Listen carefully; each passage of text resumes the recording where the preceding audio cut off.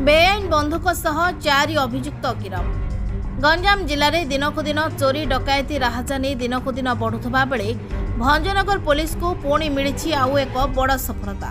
गतकाली कौनसी सूत्रु खबर पाई रात्र 11 घटिका समय एसआई समीर कुमार सेठी नेतृत्व में भंजनगर थाना पुलिस कर्मचारी माने चकरा विषय छक निकट में जानवाहन जांच करुले। से समय 2टी मोटरसाइकेल 4 जन व्यक्ति कंधमाल पटु आसुवा बेले पुलिस को देखि सेमाने कंधमाल आड़ को फेरी पलाइबा चेष्टा करथिबा सह पुलिस को अश्लील भाषा रे गाली गुलज करथिले। पुलिस सेमानकु पीछा करी भंजनगर ब्रिज निकट में अटकाइथिला। 4 जन को सेमानक मोटरसाइकेल सह धरा जाइथिला। से समय भोला नाहक एक पिस्तल देखाई पुलिस दल को प्राण रे मारिदेबाकू धमक देथिले।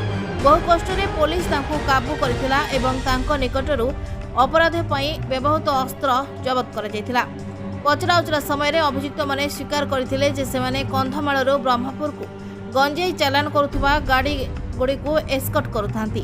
समानक निकटरू गोटे 7.65 mm देसी तैयारी पिस्तल, 7.65 mm रो 2 राउंड जीवंत गुड़ी, गोटे मैगजीन, गोटे मोबाइल फोन, गोटे रॉयल एनफील्ड बुलेट मोटरसाइकेल, गोटे टीवीएस आपाची मोटरसाइकेल जबत कर जाइछि। अभियुक्त माने हेले कवि सूर्यनगर थाना अंचल बेलारसेन स्वाई, भूतसर सिंह बंशीधर बिसोई, गोदला अंचल भोला नाहक, बेगुनियापड़ा थाना भाबिनीपुर भागीरथी गौड़, गंजाम एसपी निर्देश क्रमे गंजाम जिलार विभिन्न स्थान में अपराधी मानक उपरे कड़ा नजर रखा जाइछि। आज एक प्रेस विवृत्ति में भंजनगर एसडीपीओ दीपक कुमार मिश्र सूचना दैछन्ति।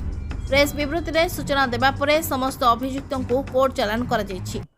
ठाब कले धरिले एवं तांको पाखरु गोटे 7.64 mm रो गोटे देसी कंट्रीमेट माउजर एवं 2 राउंड गुली जबत कले। एवं ए जो गैंगटा धरा आइछि जो माने बेआईन बंधुक धरिकी विभिन्न अपराध रे आगु संश्लिष्ट अछन्ती एवं वर्तमान मध्य करिवार योजना करुथिले।